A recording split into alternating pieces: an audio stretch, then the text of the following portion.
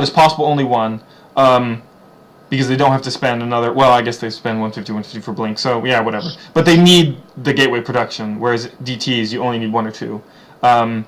So it's better to start off with 1 or 2 with 2 gates instead of 1. Anyway, and the difference is when they're putting up a pylon, they will have units with it, and it'll most likely be all stalkers, 3 stalkers, 2 stalkers, 4 stalkers, 5, what have you. So that you might want to like cock an eyebrow and be like, oh shit, is this blink or is this just a 4 gate, 3 gate, something or weird?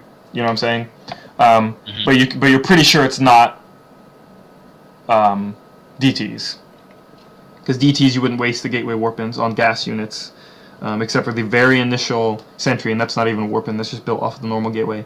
Okay, so that's blink.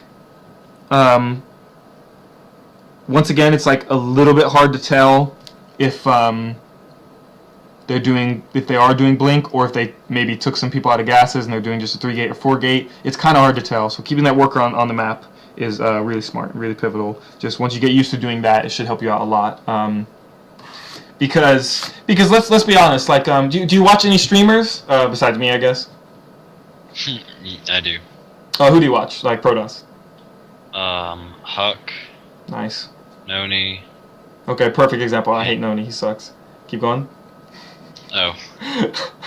Keep I'm going. sure if you're being serious or not. Sorta. In Control. Hero. Oh, Hero's. I can't think of. Hero's a fucking Q, dude. I love Hero. Do you watch Minigun?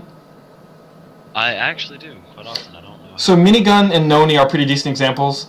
I kind of dislike Noni just because, I don't know, he's like, I like watching these people because yes, they're good at the game, but also they're like funny and whatever. Now, like Liquid Hero is, you know, he doesn't really talk in English at all when he streams, but he's like beastly godly at the game, or at least he was for a while, and he'll probably bounce back. So I still enjoy watching him. I enjoy watching Minigun. He like sings his little Korean songs and he's funny. You know, In Control is fucking hilarious and always talks and is very educational. But Noni is just he's just kind of does his thing and he's not great. I don't know.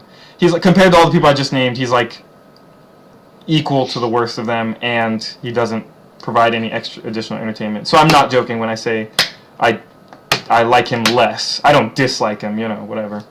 Anyway, but he's a good example. These players, right?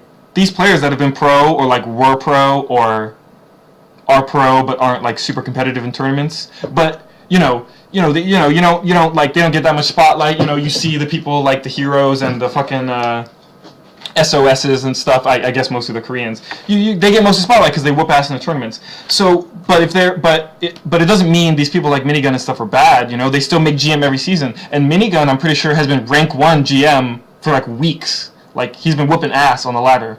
And why is this? He just gets really nervous at tournaments. Yeah, I know. I feel bad for him.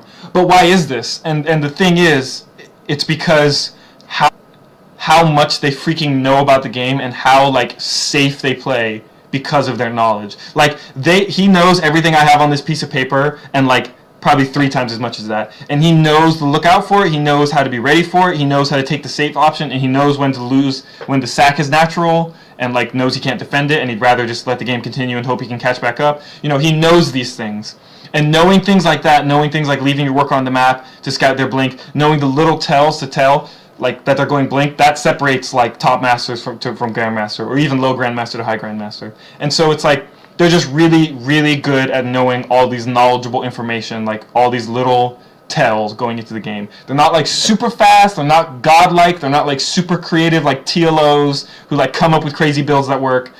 They just are very fundamentally good and don't forget these little tells, these little signs. And so that's why I'm like stressing all these little things, and that's why I'm going through this piece of paper I've written out for you, because this shit is important. Alright. Sorry for that little mini explanation or rant. Okay, next I have expansion. I don't even know if I can like explain this as its own thing. If they don't put any pressure on you, like if they don't send out a stalker or a zealot, they're probably expanding. Or like I guess they could be proxying.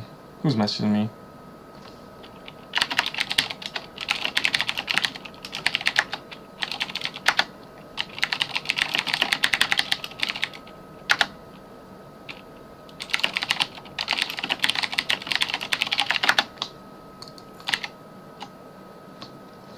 TN just asked me to practice PvT with him. I feel all warm inside.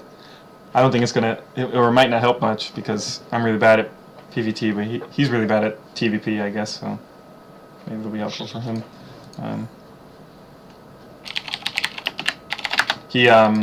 He's really good though. He's been in like top 8 Masters for like the past 2 or 3 seasons.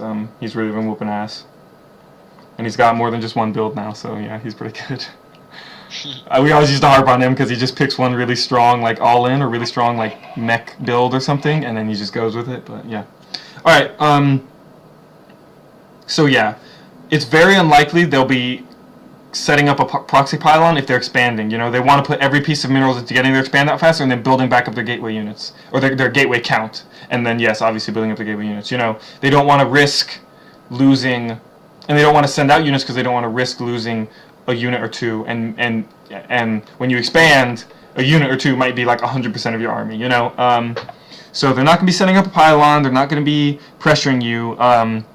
The thing is, though, it is just because they're not pressuring you or like setting a pylon that you see, they still could be like setting up a proxy, like a slightly later Stargate proxy. But for the most part, they're probably expanding.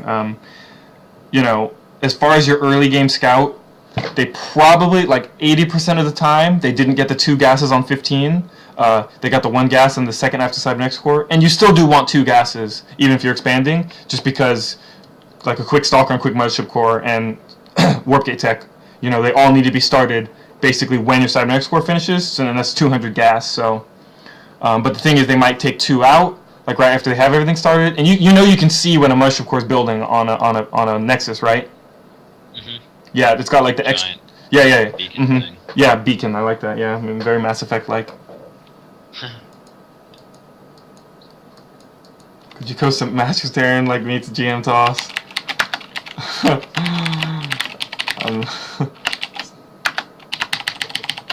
I'm not GM toss. I was about to say I'm not even GM. I don't think I can coach him to GM. Jesus Christ, man. I don't know, man. You got me into Platinum. Nah, man, you got yourself in Platinum. I just filled in a couple small cracks, I guess. Alright,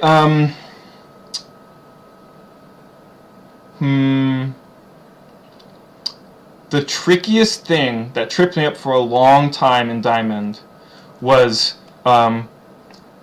high gateway count pressures early and with no follow-up and no intended follow-up. So the fast 3 Stalker build of Wings of Liberty that I still do a lot and still done a lot, you know, you get the 1 Stalker, or you get 1 gateway, you know, you get your Cybernetics Core. When that gateway's done, you know, you get your 2nd gas, whatever, everything's normal.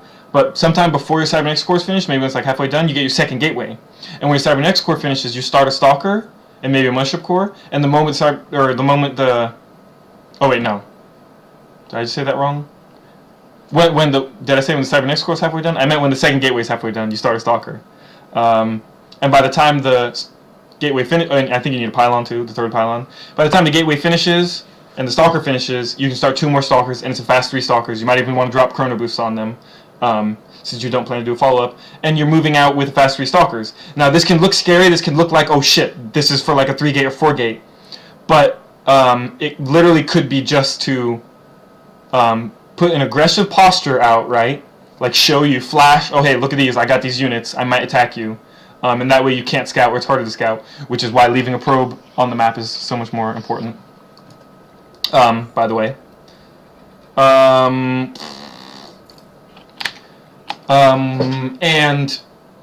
And they're probably just expanding behind it or doing their tech behind it. And it's also for them to scout too, because with 3 Stalkers and Mothership Core, like, you can kind of be a bully. You might even be able to push up a ramp. If they only have like 1 or 2 Stalkers and a Mothership Core, you won't be able to get damage done most likely. But yeah, you can probably poke up and see what they're doing. So that's like a common thing that like throws off your scouting that I'm teaching you right now.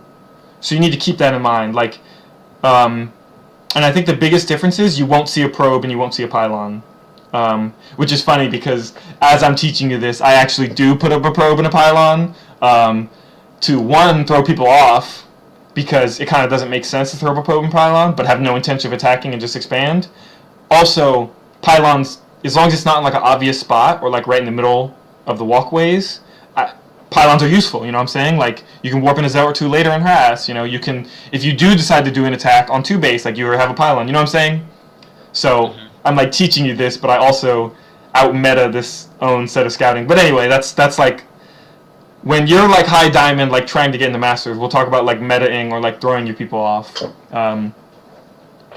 Like, you know, like having a probe at your natural, when they have an SCV scouting you, when in reality, in the corner of your base, you have 3 more gates and a Twilight Council researching blink. You have no intention of taking your Nexus on the low ground. You're just putting it down there to show the SCV that you're going to take it, even though you're not. You know what I'm saying? That's like metaing or out-metaing people, but that's like way more advanced. We'll talk about that way later. I mean, that's like, I didn't even plan to talk to you about that stuff. That'll be more like, we're equals, here's this thing I like to do, and like, I heard it's good, let's talk about this, you know? But, Pretty sure you're always going to be better than me.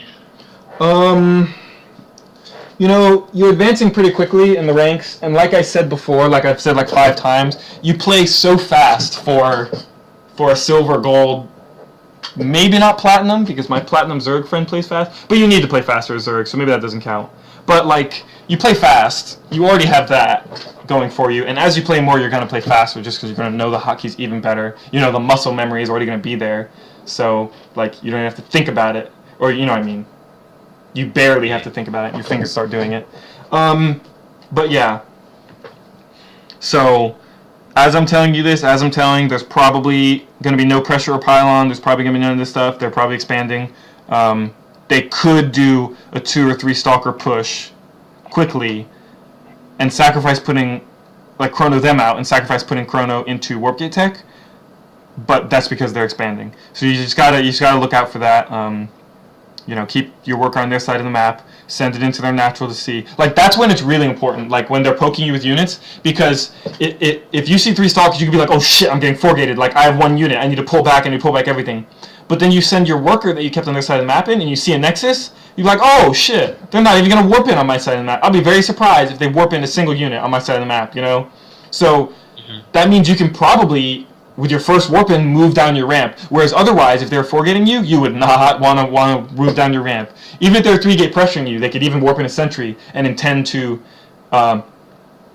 contain you with the force field on the low ground of your ramp, or even when you do move out, cut your army in half and kill half your army for free. Now, there are micro possibilities to get out of that situation, you know? You just kind of pull your army to the side and pull it as close to the edge of the cliff as you can, the ones that got force field on low ground. That way they have to run forward, that way your units on the high ground are shooting them. But that's still a rough situation, and they're probably going to get free kills. But yes, if you send your worker and see the Nexus, you know, damn, they just waste 400 minerals, they're not warping in. With my first warp in, I'll have more units than them, I'm good to go. Unless you did like some 1-gate or 2-gate weird shit, you know? Yes. Expansion. Bam. So, in-base Stargate is one of these tricky ones. Because because the early game it all looks the same. It's going to be tech in their main base off of the quick double gas on 15 supply. The biggest difference is they won't be sending out a sneaky probe without units to put up a pylon. No, they won't. So I guess that's a difference, but still, like, you won't always catch that probe, like, it's going to be hard to tell. And when 4 Phoenixes fly in and, like, kill 3 or 4 workers for free and then kill your Mothership Core, it's, like, sad day. Especially if you weren't, or if you were going Stargate and they have more Phoenix than you, and they start bullying you and start cutting down your Phoenix even more, it's, like, practically GG already. It's just, like, how the game works. If they do that and you weren't going Stargate, but you were going anything other than Blink, or lots of gateways, like 3 or 4 gateways, then it's going to be, once again, almost practically over. It's a bad day. Like, but if you have 3 gateways and you throw down Twilight Council right then, you'll be able to get Blink and keep like 3 or 4 stalkers on each base, and they won't be able to do much damage. But yeah, in-base Stargate. So, a big thing that I like to do, right? If they do an in-base Stargate, usually their intention is to keep it hidden from you, right? So they'll make a stalker, and what they do with the stalker is they keep it at the top of their ramp, so any worker that might go back into their base after the initial scout, it'll kill it. Or, more often, they'll make a zealot and a sentry, kind of like the DT build, because if you do 4-gate them, they need to go into oh shit mode